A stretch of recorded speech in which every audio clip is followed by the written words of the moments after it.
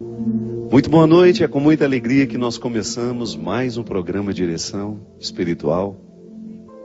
É interessante que, às vezes, a vitória nem está pronta, mas quando nós declaramos, é como se a nossa coragem de declarar essa vitória, mesmo que a gente não veja os sinais dela, Deus antecipasse esse processo.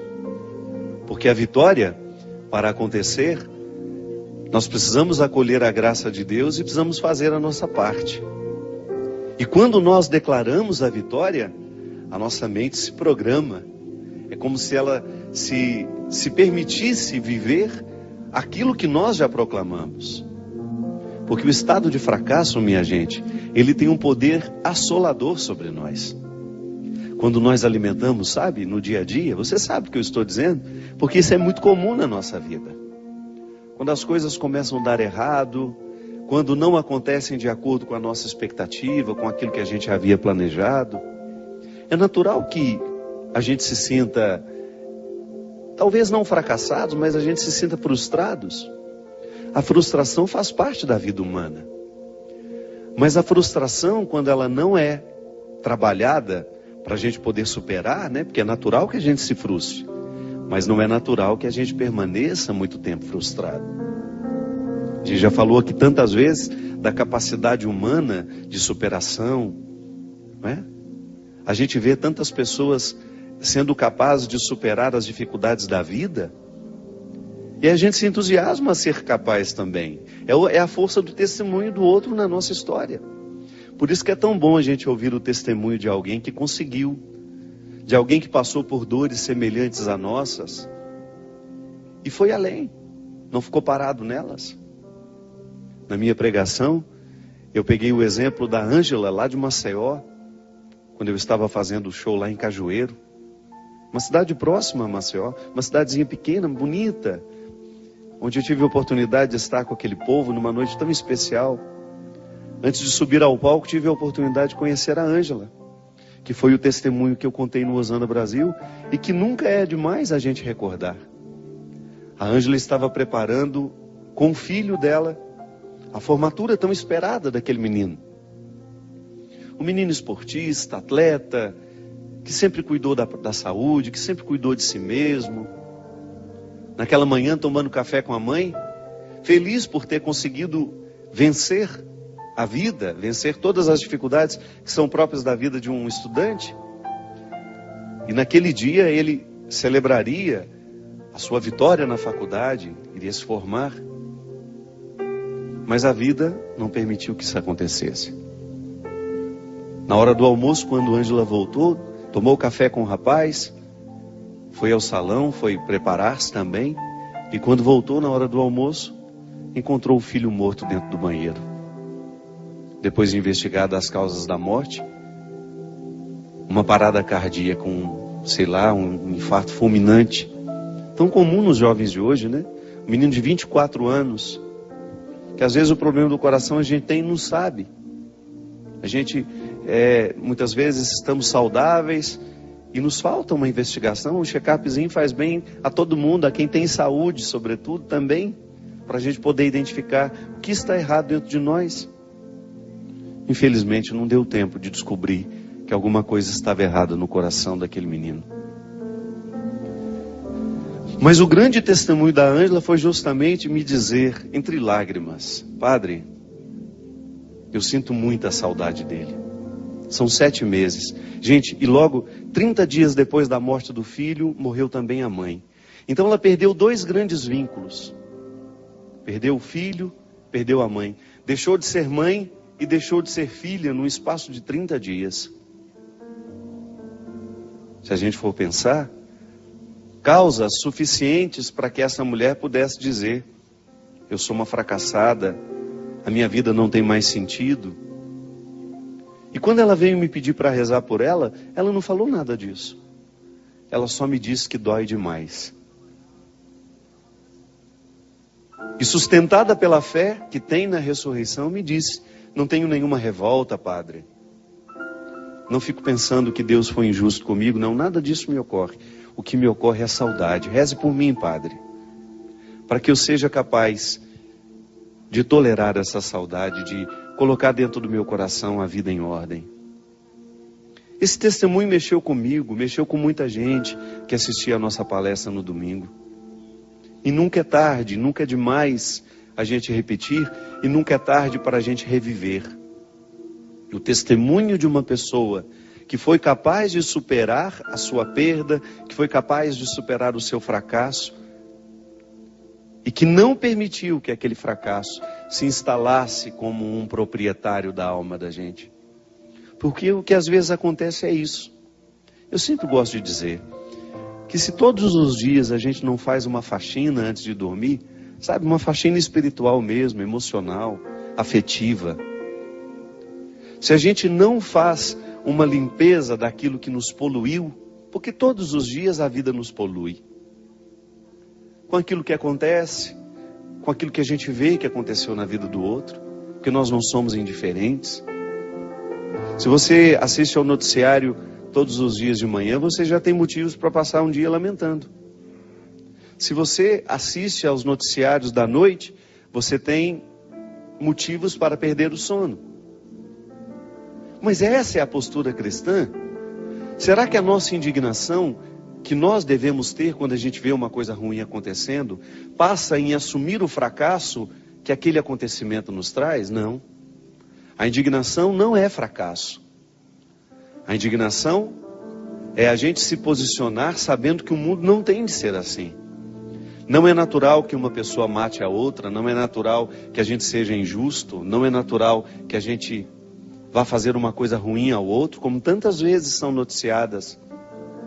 As notícias, o conteúdo das notícias que nos chegam, estão recheadas de traição, de injustiça, de impunidade, de assassinato, de ódio, roubo. A gente fica indignado porque o mundo não tem de ser assim. Mas qual é o papel dessa indignação? Provocar dentro de nós o desejo de fazer esse mundo ser diferente, então, a partir da parte que nos cabe. Como a Ângela fez. A Ângela, ao sentir a dor de perder um filho e de perder a mãe, ela resolveu recrutar tudo o que a fé havia dado ela ao longo da vida. E resolveu proclamar a vitória, mesmo com o rosto coberto de lágrimas. Aí volta ao início. Quando a gente proclama uma vitória, mesmo sem a gente ter ainda a matéria-prima daquela vitória já nas mãos, a gente dispõe o espírito a não mergulhar no fracasso.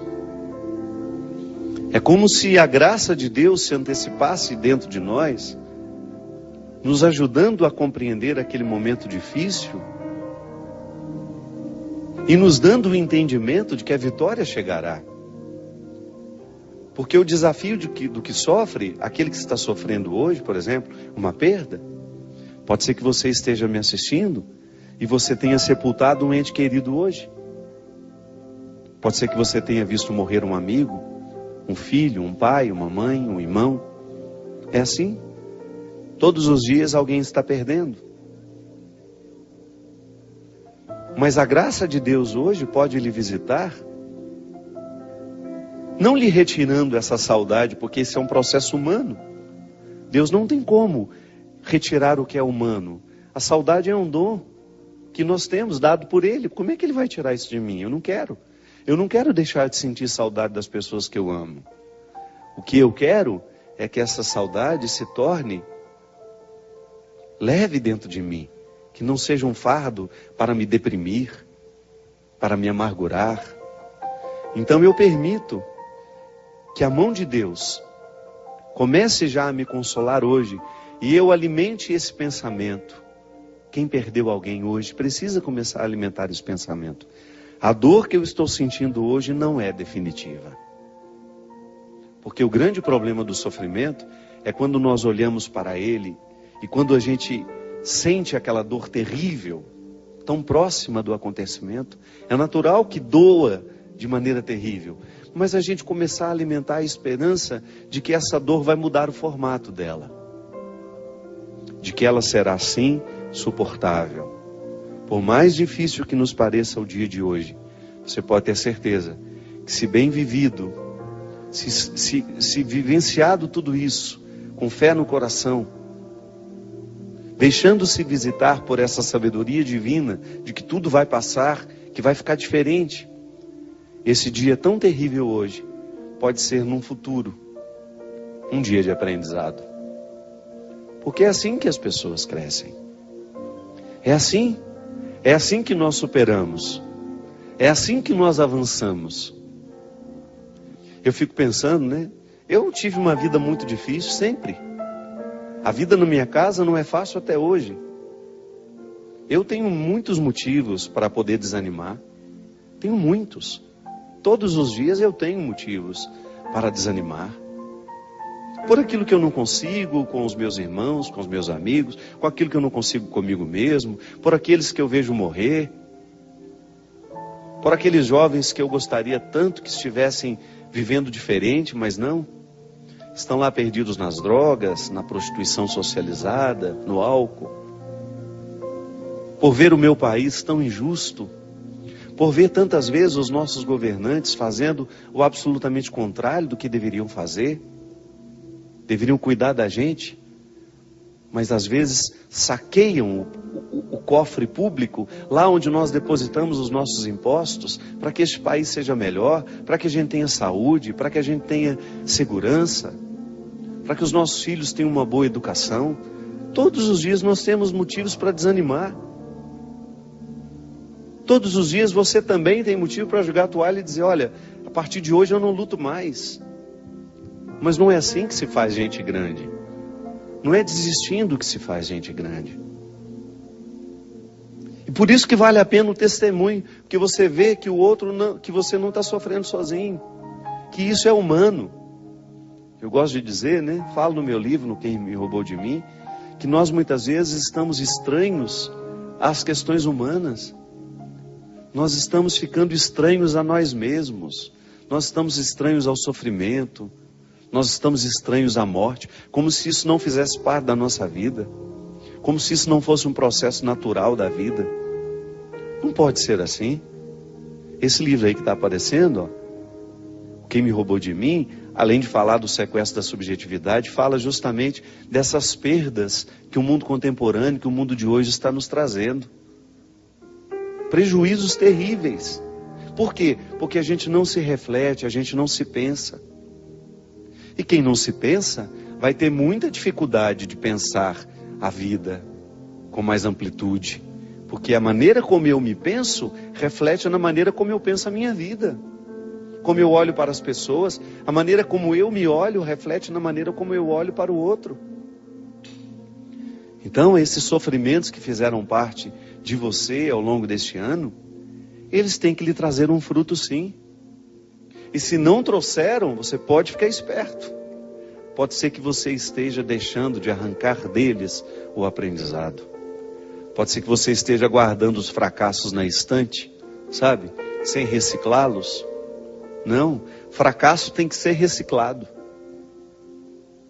Aquilo que você lutou, eu posso dizer, encontrei tantas pessoas que passaram pela batalha contra o câncer, ou porque lutaram consigo mesmas, ou porque lutaram com as pessoas mais próximas.